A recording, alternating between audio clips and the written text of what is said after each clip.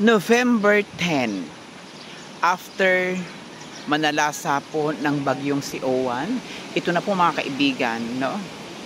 Yan, kung makikita po niyo mga kaibigan, narito po ako ngayon sa Barangay San Isidro kasi taga rito po ako. Nag-evacuate po kami dito po sa San Isidro o sa Surbano Elementary School.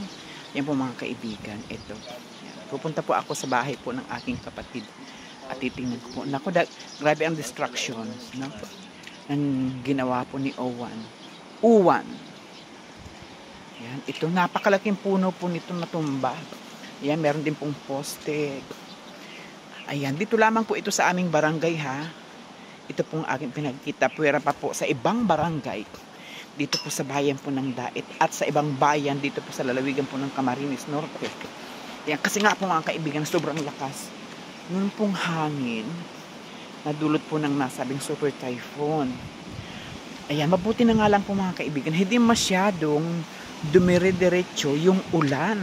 Dahil kung nagkataon, lampas na naman sa tao yung baha sa harapan ng bahay po namin o sa Purok 7, Barangay San Isidro.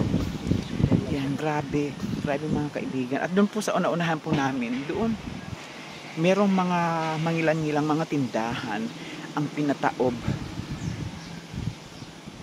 ng typhoon. Yan, kung makikita po yung mga kaibigan. Ayan. Yan, may mga punong kahoy. Talagang makikita po ninyo yung epekto ng super typhoon na si Owan. Paano kaya makakaagi? Paano kaya makakadaan? May malaking kahoy. Yan po mga kaibigan.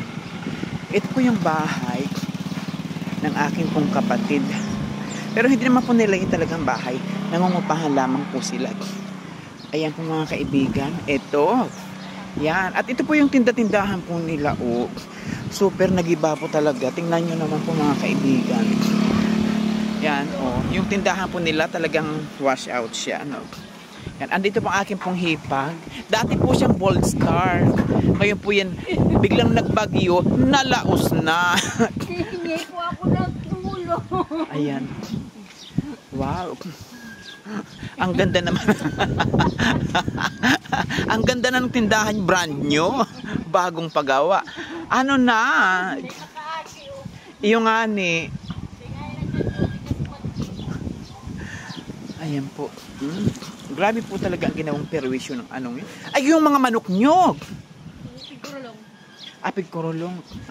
Eh, sini-scooter? Binalat lang di ko ano sakay. Lalaki nagduwalat. Okay. Ayan po mga kaibigan, bahay po ng aking kapatid. Okay. Yung tindahan nila andun. Ayan, ito. O yan. Mga saging. Yung po mga alaga po nila ng manok. Ang dami po silang alaga ng manok.